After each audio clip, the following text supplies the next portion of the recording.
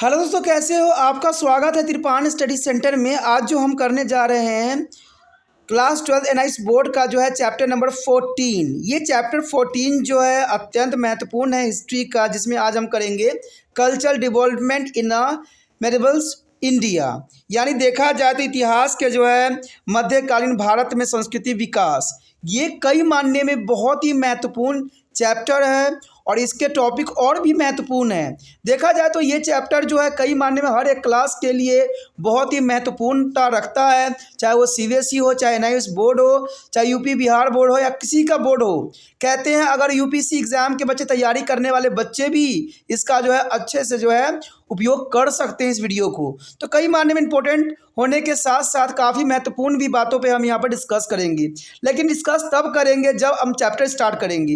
लेकिन chapter start करने से पहले एक बात जो मैं हमेशा कहता हूँ, जिसको आपको सोचना भी चाहिए, विचार भी करना चाहिए और अमल भी करना चाहिए, वो ये है कि जब भी वीडियो देखिए पूरा देखिए, क्योंकि अधूरा जानकारी सदैव खतरनाक होता है। साथ में एक इंपॉर्टेंट बात ये भी रहता है, अगर आप पहली बार वीडियो देख रहे हो तो लाइक शेयर सब्सक्राइब करना मत भूलना। क्योंकि दोस्तों लाइक कीजिएगा तो बनाने वाले का मनोबल बढ़ता है, सब्सक्राइब कीजिएगा तो इससे ये होता है कि जब भी मैं कोई वीडियो डालूंगा उसका नोटिफिकेशन आपको समय रहते मिल जाएगा। और देखिए शेयर का मतलब ये होता है कि आपके थ्रू ना जाने किन बच्चों को हेल्प मिल जाए, ये आप भी नहीं जानोगे। इसलिए जो है आप शेयर जरूर करो, ठीक है। व्हाट्सएप स्टेटस पे भी लगाओ। दोस्तों एनआईएस सेंटर जो है कई मानने में बहुत से बच्चों के लिए हेल्पफुल है, चाहे वो 8th क्लास हो, 9th 10th 11th 12th हो, चाहे वो एनआईएस बोर्ड के बच्चे हों, ठीक है, चाहे बीए एमए के बच्चे हो, सभी क्लासों के लिए कुछ ना कुछ जो है त्रिपान सेंटर में उपलब्ध है। तो इसलिए आपके लिए ज़रूरी है कि आप सब्सक्राइब करके इसको चैनल को जो है सेव कर लो, नहीं तो बाद में अगर रिसर्च करोगे तो शायद आपको ये चैनल प्राप्त ना हो। तो इसलिए सोचना नहीं, विचार नहीं करना है, सब्सक्राइब करके जो है अपने पास सेव करना है। दोस्तों ये तो बात था आपके लिए, लेकिन अब देखते हैं हमारा आज टॉपिक क्या है। Today we are discussing most important chapter, a cultural development in the Middle India. There is a most important chapter, and the point here arrive of Sufism. Sufism is the most important here of 18th century. Sufism is a term used to be referred to mystically religious idea in Islam. These are mysticals is religious idea of Islam, and it has involved into the well development movement by 11th century. And Sufis stress on the importance of transversing their path of Sufi Pir, enabling on the establish a direct communication. There is a communication with there is a divine. A Sufism or the mysticism emerged in a 18th century, and among their earlier known a Sufi were here Rabia al-Adawi and Al-Zunad as Balavid Bastami. There is a most important name here. A fundamental to Sufism is a God. The man, their relation between there, that is a love, and there is a belief that from man emerge the theories of Ruh. There is Ruh Uday. The Ruh is most important, the soil, and the Kurbat. Kurbat is divine supremacy, and Halul. Halul is invention of their divine spirit, and that from the relation between God and man. Ideas such as ishq, divisions love, and fana, self-annihilation. There is a fana and the love. There is a ishq is most important for the Sufism. And come into began, and there is a Sufis were regarded as a people who keep there is a heart pure, and they started to the communicate with the God through there is the ascetics is a practice and doctrines and divine love and the union with the God. That is the most important point here. Note down love and union with the God. The murid discipline is a pass through the maqamat various stages. In this is a process of experiencing communication with the divine. There is a khawkal, there is hopeless, and there is center of activity of the various Sufi order. The khawkha was led to the Saikha Pir as a Murasid, is a teacher who lived with his Murad, discipline, and in the time of the Khanako is emerged as an important center of learning and the preachings. By the 12th century, the Sufi were organized the silsilas, is order. There are silsilas mean order. There is a word silsila is a mean chain, and it is represented to signify on the unbreakable chain between to the Pir and Murad. With the death of the Pir, his stub and the sharing to the Dargah is become a center for the rebellion and the follower. Dargah is the most important the follower, and there is a rebellion. In the 10th century, Sufi spread across the important religions of the Islamic Empire. Iran, Khorasan, Tarassonia, Egypt, Syria, Baghdad, and the important Sufi center. Alaa Ghazali is a 1059 to 1111 AD is among the most venerate of Sufi. He is consulate to Islamic mysticism with Islamic order 60 as providing to Sufi mysticism as a sure place in the Islam.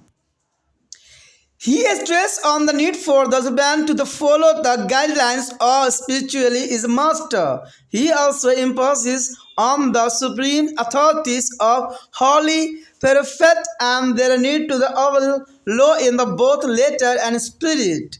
The Sufi movement in India is commenced in the 11th century AD. The Al-Huzairis, who is established himself in the North India, was buried in the Lahore and regarded as the oldest Sufi in the subcontinent. Among the important Sufi orders in the history of medieval India were those of the Chistitiya and the Survadiya and the Qadiriya and the Naqshbandiya. There is the most important here on the Middle India. Chishti and Sarwadi silsila were popular during the Sultanate period. Their Sarwadi were active in Punjab and Sindh, while the Chistis as were too active in Delhi. Rajasthan and part of the Western is a Ganatrix plan. By the end of the Sultanate period, they had to spread to be eastern region of the Gangatrix plan. Gangatrix plan here Bihar and Bengal. And into Deccan during the middle period, the Sufi has a play an important role in the interpreting and elaborating on the Islamic is a theologically concept like a Bahadat ul Wazud, unit of began. There is the most important unity of began and also encourages the development of practice like a ziyarat, the practice of visiting tombs. And the here the Sufi movement as is emerged in the India has the following feature. The first feature, the Sufi were organized in a number of different silsila order. And most of this order were led by the some prominent Sufi sant or Pir. It was named is after them and followed by the discipline. There is a most important here point, a feature of Sufi movement. Note down your copies. The Sufis believe that is a union and God one need a spiritual guru and Pir. The Sufi Pir is a Khanqa with there is a discipline. There is the most important here. Next feature here, the Khanqa, there is a hypothesis as was the center of Sufi activity. The Khanqa is emerged as important center of learning which were a different form of Madras, the center of theology. The many Sufi enjoy the musically is a congregation of Sama. In there is a Khanqa. There is a most important Sama in the Khanqa as there are a musical from call to the Qawwali is a development during this period. The Qawwali is the most important as Sufi enjoy the musically congregation and the Sama. The ziyarat as a pilgrimage is to the terms of the Sufi sant soon emerged as on the important from a rituals pilgrim image.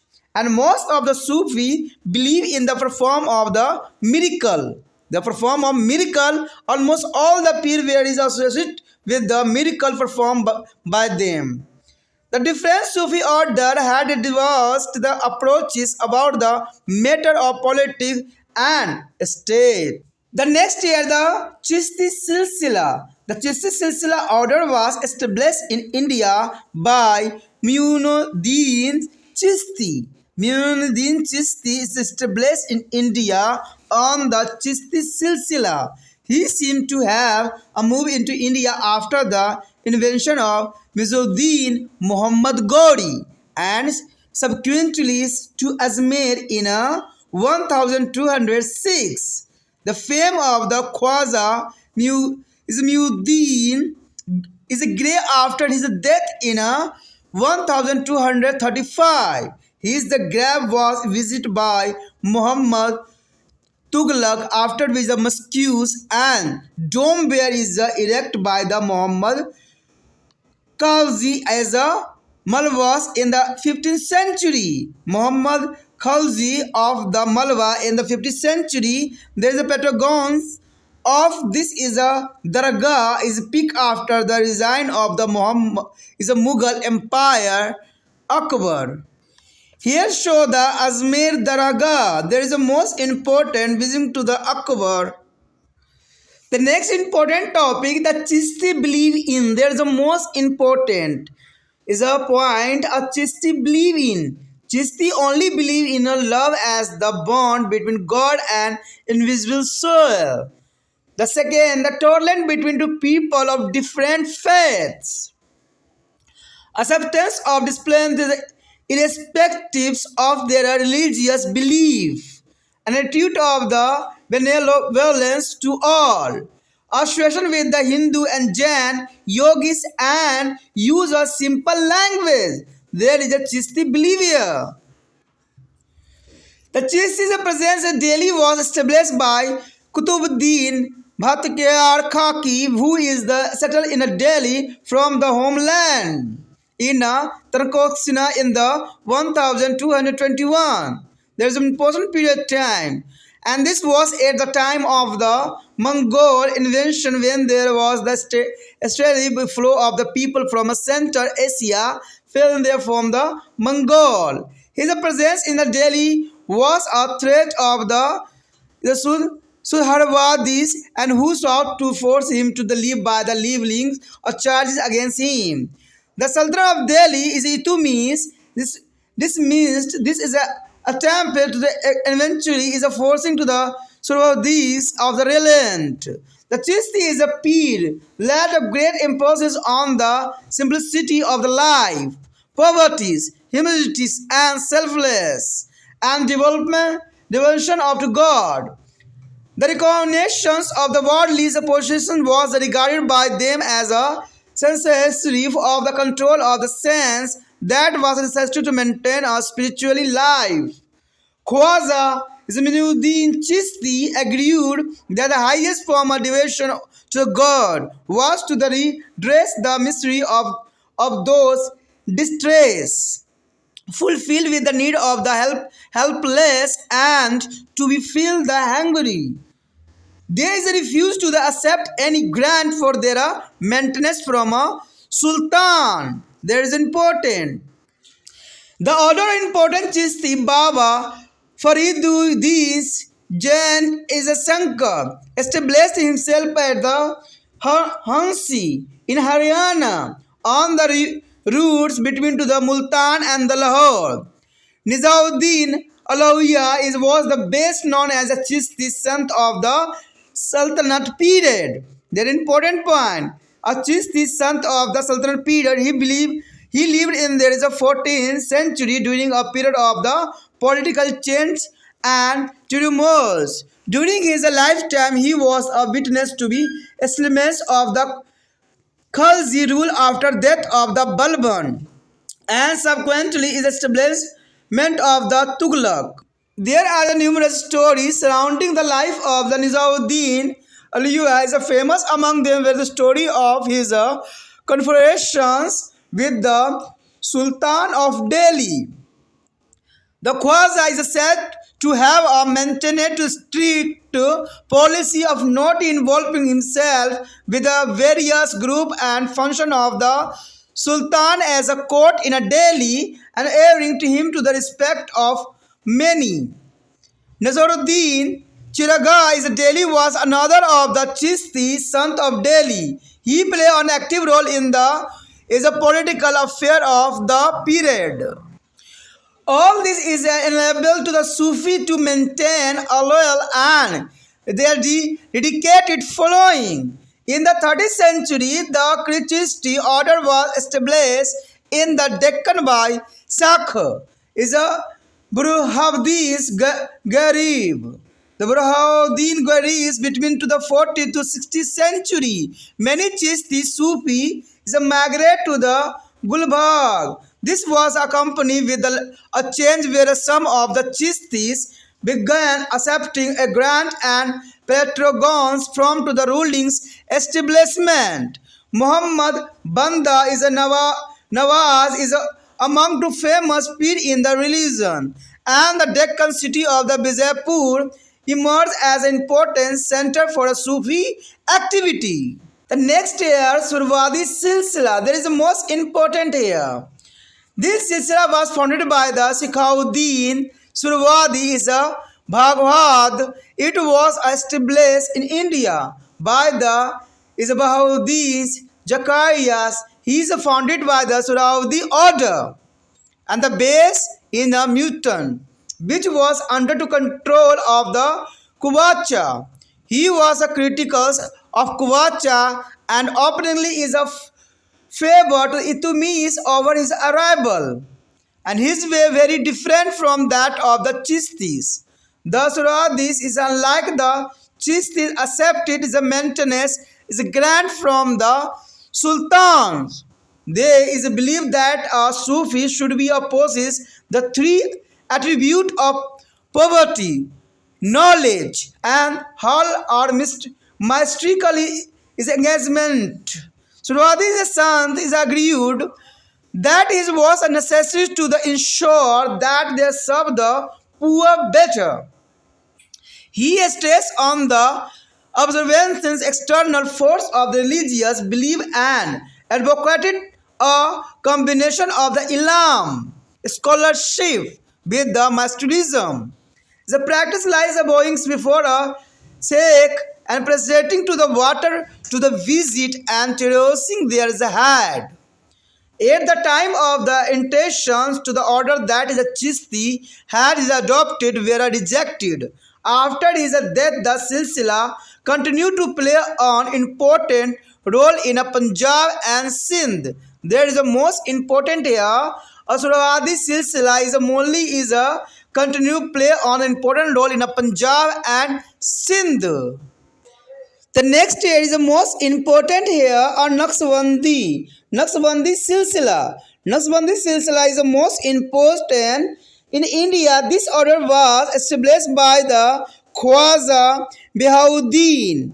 Is the Naqshbandi. There is a most important here established of the Khwaja is a Bahauddin's Naqshbandi. From there is a beginning to the matrix of the order stress on the is the observance of the Shariat and denominates all the invention of the Vidyat. There is important here. And the Sheikh is a Beku Villa. The sensation of the Khwaja is a Bahauddin's is a Naqshbandi is a settled near to Delhi.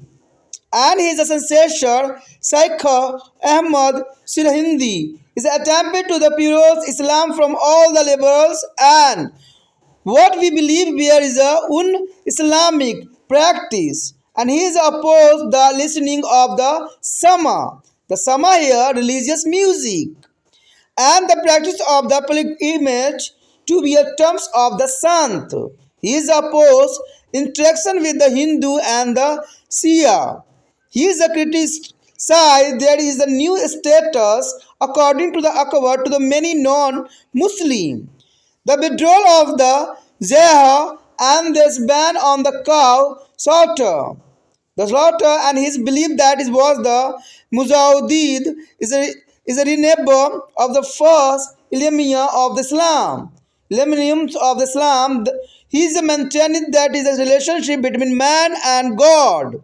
Was that is between to the slave and their master and not the relation of the lover and believed he imposes his individually as a unique relation of faith and responsibility to the God as a creator. He tried to the Harimansons and the Domestines of a mysticism and the techniques of the orthodox of Islam. There is a most important Naqsi Wadi Silsila. There is a most important. The next year, Qadri Silsila. The Qadri Silsila is the most important. There, the Qadariya Silsila was popular in a Punjab. Qadariya Silsila is a popular in a Punjab. There is a Sheikh Abdul Qadir and his son were a supporter of the Mughals under Akbar. The peers of the order supported there is a concept of the Wahadat and Wazud. Among the famous Sufi of this order was a Mian Mir.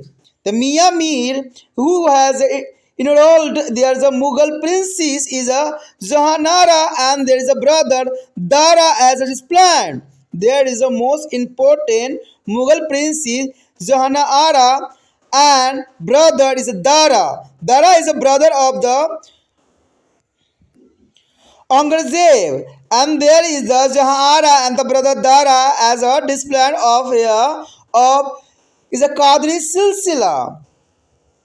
The influence of the Sheikh as a teaching is evident in the work of the prince.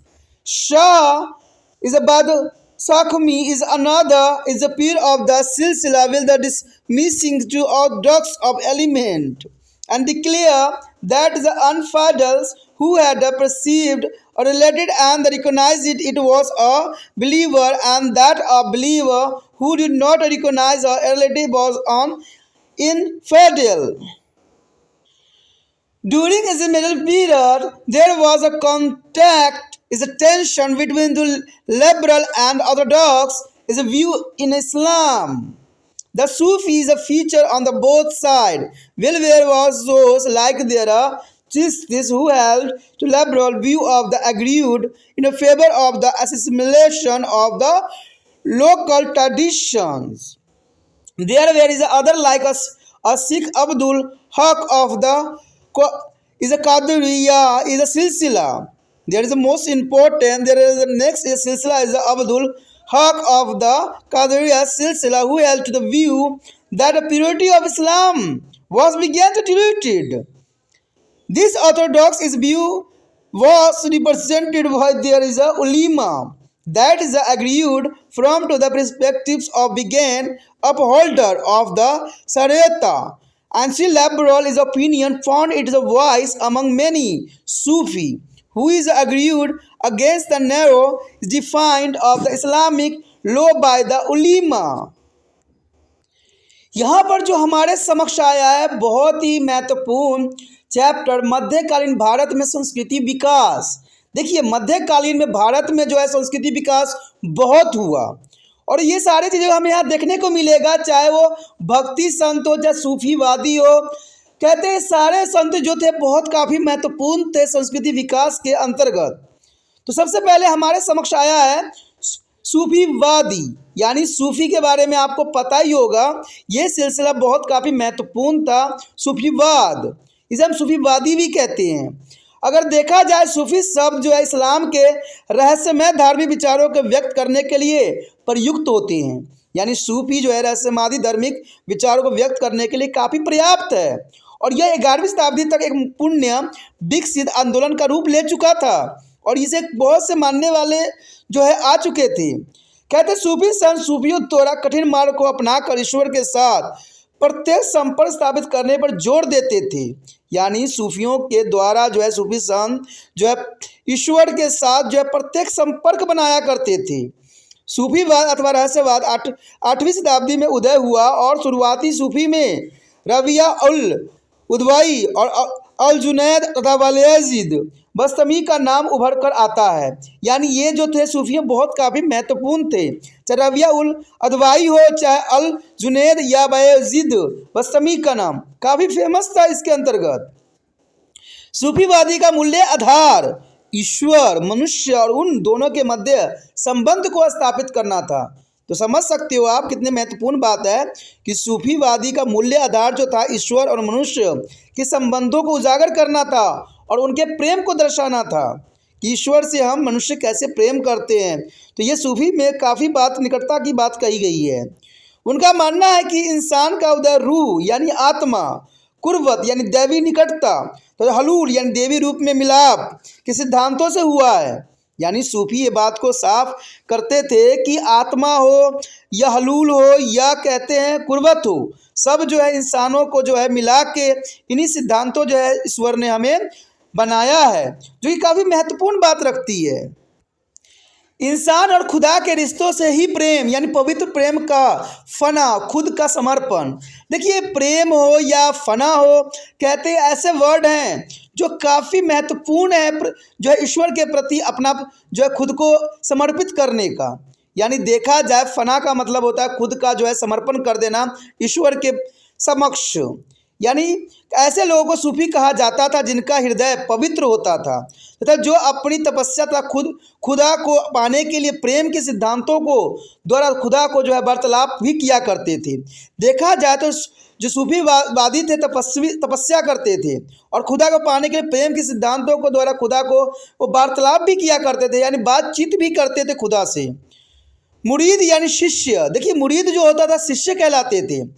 कोई ईश्वर के साथ यह वार्तालाप करने के लिए प्रक्रिया के जो है मकामात यानी विभिन्न चरणों से होकर गुजरना पड़ता था। यानी इसके लिए सिलसिला में जो है कुछ चरण बनाए गए थे जिस चरण से गुजरना सभी जो है मुरीद को आवश्यक थी। देखा जाए तो खाना खा यानी धर्मशाला सूफियों के विभिन्न वर्गों की गतिविधियों का केंद्र होती थी। खाना खा जो होता था एक धर्मशाला के रूप में होता था जहाँ पर सूफियों के जो है विभिन्न वर्गों की गतिविधियाँ वहीं पर ही केंद्रित होती थी। खाना खा शेख, पीर और मुर्शीद शिक्षक द्वारा संचालित होती थी। यानी इसको जो है खाना खा को यानी धर्मशाला को शेख चलाते थे, पीर और मुर्शीद के द्वारा ही चलाए जाते थे। कहते अपने मुरीदों को जो है वो साथ रहा करते थे और साथ के साथ खाना खा शिक्षा के महत्वपूर्ण केंद्र में तब्दीलित होती चली गई। यानी धीरे धीरे खाना खा जो था शिक्षा के महत्वपूर्ण केंद्र के रूप में विभक्त हो गया। 12वीं शताब्दी तक सूफी विभिन्न रूपों में संगठित होते चले गए। यानी 12वीं शताब्दी में देखा जाए तो सूफी विभिन्न रूपों में संगठित हुए। इन रूपों में सिलसिला का मतलब कड़ी तथा यह पीर तथा मुरीद के निरंतर कड़ियों को बतलाता था। पीर की मृत्यु के पश्चात गुबंद तथा मकबरा दरगाह उसके मुरीदों द्वारा जो अनुयायियों के लिए केंद्र बन जाता था। यानी आप समझ सकते हो कि उनके जो है कहते हैं पीर की मृत्यु के पश्चात उन्होंने गुबंद, मकबरा और दरगाह बनाए जहां पर वो केंद्र के रूप में उस समय प्रचलित हो गई। 10वीं शताब्दी में इस्लामी साम्राज्य के सभी महत्वपूर्ण क्षेत्रों में सूफी पंथ का विस्तार हुआ। ईरान, खुरासान, ट्रांसोकेनिया, मिस्र, सीरिया तथा बगदाद प्रमुख सूफी केंद्र हुआ करते थे। तो आप समझ सकते हो कि 10वीं शताब्दी में चाहे ईरान हो, खुरासान हो, ट्रांसोकिनिया हो, मिस्र हो, सीरिया हो या बगदाद हो, ये सारे के सारे जो थे सूफी केंद्र के रूप में उस समय 10वीं शताब्दी में प्रसिद्ध थे। गजली यानी अल गजली जो था 1059 से लेकर 1111 ईस्वी तक सर्वाधिक सम्मानित जो है सूफी संतों में से एक माने जाते थे। यानी ये काफ़ी जो है शब्द प्रिय थे। उन्होंने सूफी रहस्यवाद को इस्लाम में उचित जगह दिलाने के लिए सूफी रहस्यवाद को इस्लामी परंपरा के अनुकूल बनाया। उन्होंने शिक्षा के लिए आध्यात्मिक गुरु के मार्ग को दर्शन को अपनाने पर जोर दिया। साथ ही सर्वोच्च सत्ता पैगंबर साहब को महत्व और जो है उनके नियमों को पालन पर बल दिया। यानी देखा जाए तो इन्होंने बहुत काफ़ी महत्वपूर्ण कार्य किया। यानी कहते 10वीं शताब्दी के 11वीं शताब्दी के अंतर्गत यानी कौन थे? अल गजली जो थे बहुत महत्वपूर्ण थे। उन्होंने जो थे काफ़ी महत्वपूर्ण दिया। उन्होंने बताया कि सर्वोच्च सत्ता यानी पैगंबर साहब के महत्व और उनके नियमों के पालन पर बल देने के लिए उन्होंने काफ़ी लोगों को प्रोत्साहित किया। भारत में सूफी पंथ की शुरुआत 11वीं शताब्दी में हुआ। कहते अल हुजवीरी उन्होंने उत्तरी भारत में स्वयं को स्थापित किया और उन्हें लाहौर में दफना दिया गया तथा उन्हें जो है उपमहाद्वीप का सबसे पुराना सूफी संत होने का गौरव भी प्राप्त है। भारतीय मध्यकालीन इतिहास में प्रमुख सूफी सिलसिले हैं चिश्ती, सोहरावादी, कदारिया और नक्शवादी, ये कहते हैं चारों जो हो काफ़ी महत्वपूर्ण हैं और आगे हम इस पर चर्चा भी करेंगे। चाहे वो चिश्ती हो, सोहरावादी हो, कदारिया हो, नक्शवादी हो, ये काफ़ी महत्वपूर्ण सूफी सिलसिले हैं। कहते हैं ये 4 भागों में विभक्त है। क्वेश्चन एग्जाम में अगर आता है कि भारत में मध्यकालीन इतिहास में जो सूफी कितने भागों में विभक्त थे, तो ये 4 भागों में विभक्त थे। चिश्ती, सोहरावादी, कदारिया और नक्शवादी। सल्तनत काल में चिश्ती तथा सोहरावादी सिलसिला लोकप्रिय था। देखिए सल्तनत काल में जब सल्तनत बनी यानी सुल्तान का समय था, तो उस समय जो है चिश्ती और सोहरावादी काफ़ी लोकप्रिय था। कहते पंजाब तथा सिंध में जहाँ सोहरावादी सक्रिय थे, वहीं चिश्ती दिल्ली, राजस्थान और गंगा के पश्चिमी क्षेत्रों में जो है प्रेम का संदेश फैला रहे थे। सल्तनत काल के अंत तक गंगा क्षेत्र के पूर्वी क्षेत्र बिहार तथा बंगाल, दक्कन तक फैल चुके थे और मध्य काल में सूफियों ने इस्लामी जो है धर्म तत्व विषयक सिद्धांत जैसे बहादूत उल वजूद, जीवन की एकता का प्रचार प्रसार करने में महत्वपूर्ण भूमिका अदा की तथा जो है जियारत या दरगाह पर जाने की प्रक्रिया जैसे आदतें को विकास करने का भी प्रोत्साहन दिया। तो देखा जाए तो काफ़ी महत्वपूर्ण था चिश्ती, सोहरावादी। कहते ये काफ़ी लोकप्रिय भी था सल्तनत काल के दौरान। यहाँ पर जो हमारा इंपॉर्टेंट पॉइंट आया कि भारत में शुरू हुए सूफी मत की क्या विशेषता थी। तो एग्जाम में कई बार पूछ लिया जाता है कि भारत में जो है सूफी जो है विशेषता क्या थी। तो देखा जाए पहली विशेषता के रूप में तो यही बताता है कि सूफी विभिन्न सिलसिला यानी क्रमों में व्यवस्थित थे, यानी एक क्रम था इसका। इसमें से अधिकतर सिलसिला की शुरुआत प्रसिद्ध सूफी संत या पीरों ने ही की थी। उनके नाम पर ये चलते थे तथा शिष्य उनका जो अनुसरण भी किया करते थे। सूफियों का मानना था कि खुदा की प्राप्ति के लिए आध्यात्मिक गुरु या पीर की आवश्यकता होती है। पीर अपने शिष्य के साथ खानाखाह में रहते थे। यानी क्या खानाखाह, तो आप समझ ही गए हो किसके बारे में हम बात कर रहे हैं।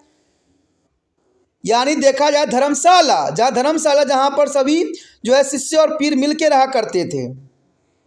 खानाखाह धर्मशाला सूफी गतिविधियों का केंद्र हुआ करता था। यानी सूफी की जितने भी गतिविधियां होती थी वो सारे के सारे धर्मशाला या खानाखाह जिसे कहते हैं उसमें हुआ करती थी। खानाखाह ज्ञान का एक प्रमुख केंद्र बनकर उभरे, जो कि जो है मदरसों से जो है सर्वथा भिन्न थे। बहुत से सूफी संतों ने संगीतमय धार्मिक सभा तथा सम का अपना खानाखाह में आनंद उठाया। इस काल के दौरान संगीत की नई विद्या कव्वाली का विकास हुआ।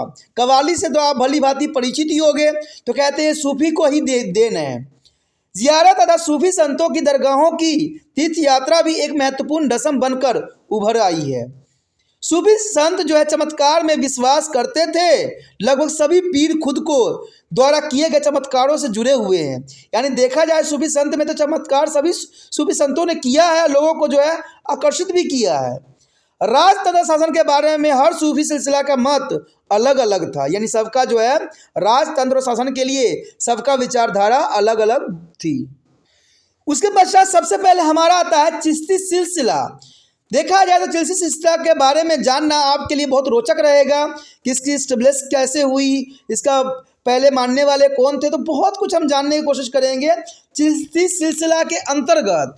तो कहते हैं भारत में चिश्ती जो है विचारधारा की स्थापना मुईउद्दीन चिश्ती ने की थी और प्रतीत होता है कि भारत में वह मोहम्मद गौरी के आक्रमण के समय आए तथा इसके बाद 1206 में जो है अजमेर में चले गए। ख्वाजा मुईउद्दीन की प्रसिद्धि में वृद्धि सन 1235 में उनकी मृत्यु के पश्चात हुई। कहते जब उनकी मृत्यु हो गई तब काफ़ी इनको प्रसिद्धि मिली। मोहम्मद तुगलक ने उनकी कब्र की यात्रा की तथा उसके पश्चात 15वीं शताब्दी में मलवा के जो है महमूद खिलजी द्वारा जो है मस्जिद का गुंबद का निर्माण करवाया गया और मुगल बादशाह अकबर के शासन के पश्चात इस दरगाह का जो संरक्षण अपनी ऊंचाई पर पहुंच गया। तो समझ सकते हो कि हम जो है चिश्ती सिलसिला के जो है मेन स्थापक मुईउद्दीन चिश्ती ने बहुत ही काफ़ी इसको जो है एस्टेब्लिश किया। अब यहाँ पर देख सकते हो अजमेर के दरगाह जो कि काफ़ी महत्वपूर्ण है और यहाँ पर लोग जो है विजिट करते हैं और अपने मुराद रखते हैं। तो काफ़ी महत्वपूर्ण है अजमेर का दरगाह। ये पॉइंट जो है वो भी महत्वपूर्ण है कि चिश्ती क्या मानते थे, उनकी क्या विचारधारा थी। तो ये काफ़ी महत्वपूर्ण टॉपिक है कि चिश्ती का क्या मानना था, क्या विचारधारा थी, किस शिक्षा के सिद्धांत पर चला करते थे। तो उनका सिद्धांत यही था कि प्रेम इंसान और खुदा के बीच में एक संबंध है।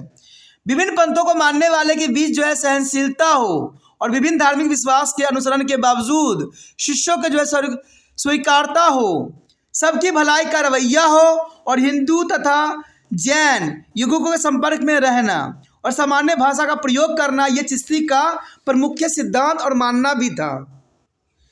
दिल्ली में चिश्ती की उपस्थिति है कुतुबुद्दीन बख्तियार काकी के द्वारा जानी जाती है, जो अपने जो है गृह क्षेत्र जो है ट्रांसकोरियन से 1221 ईस्वी में दिल्ली में आके बस गए थे। और यह मंगोल आक्रमण का वह काल था जब मंगोल से बचकर मध्य एशिया के लोग भाग रहे थे। दिल्ली में उनके मौजूदगी रहस्यवादी के लिए चुनौती बन गई थी तथा उन्होंने उन पर विभिन्न प्रकार के आरोप भी लगाकर दिल्ली छोड़ने को विवश कर दिया था। दिल्ली के सल्तनत इल्तुतमिश ने हालांकि इन आरोपों को खारिज कर दिया था, जिससे रहस्यवादी के विरोध को हल्का कर दिया गया।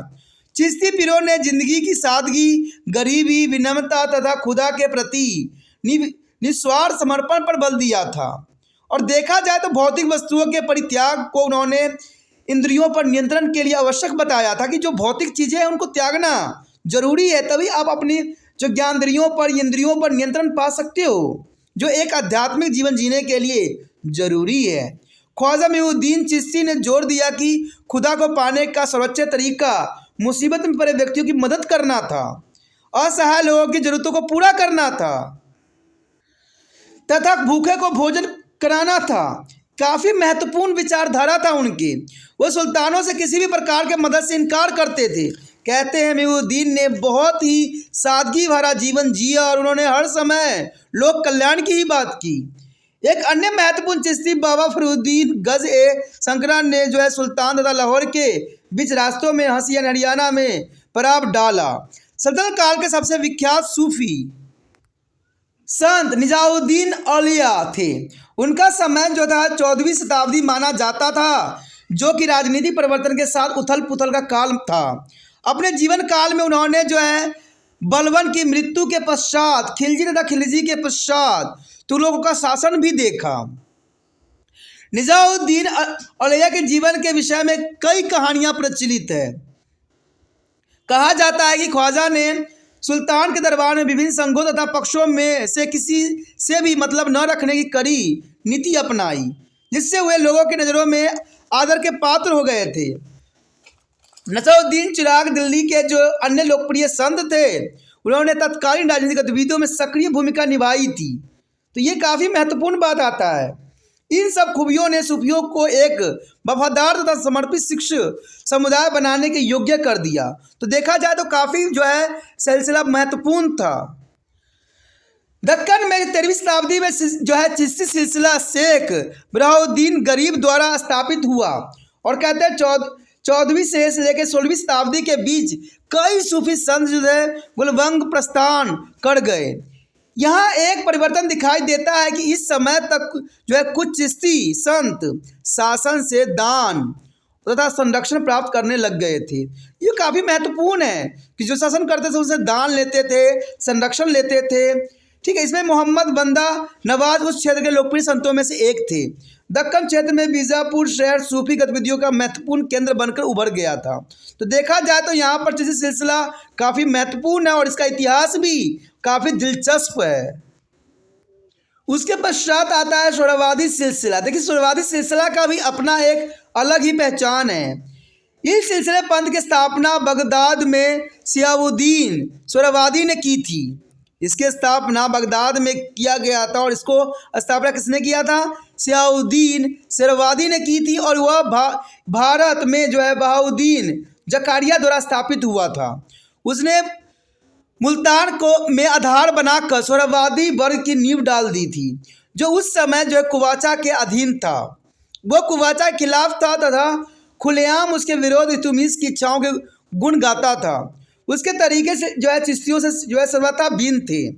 चिश्तियों के उलट सुहरावादी सुल्तान शासकों से दान लेने में परहेज नहीं करते थे। उनका मानना था कि सूफियों को संपत्ति तथा ज्ञान रहस्यवाद ज्ञान के हासिल करना चाहिए। और शेरवादी संत मानते थे गरीब की सेवा बेहतर ढंग से करने के लिए आवश्यक है। उन्होंने धार्मिक विश्वास के बाहरी प्रकार के अनुसरण करने पर जोर दिया और इल्म यानी बुद्धि तथा रहस्यवाद को समझने की वकालत भी की। शेखों के सामने सिर झुकाना, अंगतुकों को पानी पेश करना तथा पंथ में दीक्षा के समय सिर को मुड़न करवाना जैसी प्रथाएं नकार दी गई थी। उनका अनुसरण चिश्ती किया करते थे। उनकी मृत्यु के पश्चात भी इन सिलसिलों ने पंजाब व सिंध में महत्वपूर्ण भूमिका निभाना जारी रखा। यानी देखा जाए कहते उसके पश्चात भी जो है सिलसिला ने जो है अपना भूमिका अदा करना भूले नहीं और उन्होंने अपना जो है बखूबी अपनी ज्ञान का प्रसार किया। उसके पश्चात हमारे समक्ष आता है नक्शबंदी सिलसिला। देखिए नक्शबंदी सिलसिला भी काफ़ी महत्वपूर्ण थी। कहते हैं इन्होंने काफ़ी जो है अपना प्रभाव जन कल्याण में छोड़ा और उन्होंने काफ़ी महत्वपूर्ण विचारधारा को जो है पेश किया। कहते हैं भारत में इस वर्ग की शुरुआत ख्वाजा बहाउद्दीन नक्शबंदी ने की थी। इस सिलसिले के रहस्यवादियों ने आरंभ में शरीयत के पालन पर जोर दिया तथा हर जो है नव परिवर्तन अथवा विदात दर्शन के सार की सर्वाधिक निंदा भी की। ख्वाजा बहाउद्दीन नक्शबंदी का उत्तराधिकारी शेख वर्की उल्लाह दिल्ली के नज़दीक ही रहा करते थे तथा उनके उत्तराधिकारी शेख अहमद सिरहिंद ने इस्लाम को सभी उदार तथा उनके अनुसार गैर इस्लामी पद्धति ने परिष्कृत करने का प्रयत्न किया। उसने सम यानी धार्मिक संगीत सुनने का तथा संतों की दरगाह पर जाने का भी पुरजोर विरोध किया। उसने हिंदू तथा शियाओं के साथ संबंध का भी जमकर विरोध किया। उसने अकबर द्वारा कई गैर मुसलमानों को जो नया दर्ज देने तथा जो है जजिया हटाने और गौवध पर प्रतिबंध की जमकर निंदा की। उसके अनुसार वह इस्लाम के स्वर्ण युग का मुजाहिद है। उसने इस सिद्धांत को बनाए रखा कि खुदा और इंसान के बीच मालिक और गुलाम का संबंध है, न कि प्रेमी और प्रेमिका का। तो उसने जोर दिया कि जो है इंसान का खुदा के प्रति एकमात्र रिश्ता विश्वास तथा खुदा के जो है सृजनकर्ता मानने की जिम्मेदारी का है। उसने रहस्यवादी सिद्धांत तथा रूढ़वादी इस्लाम की शिक्षा में समन्वय लाने का प्रयत्न किया। देखा जाए तो यहाँ पर बिल्कुल ही इन्होंने विचारधारा को चेंज कर दिया। ठीक है, इन्होंने प्रेमी और प्रेमिका के रूप में ईश्वर को जो है प्रेम से अलग कर दिया। तो कहते हैं सबकी अपनी विचारधारा थे, इन विचारधाराओं को हम बदल नहीं सकते थे।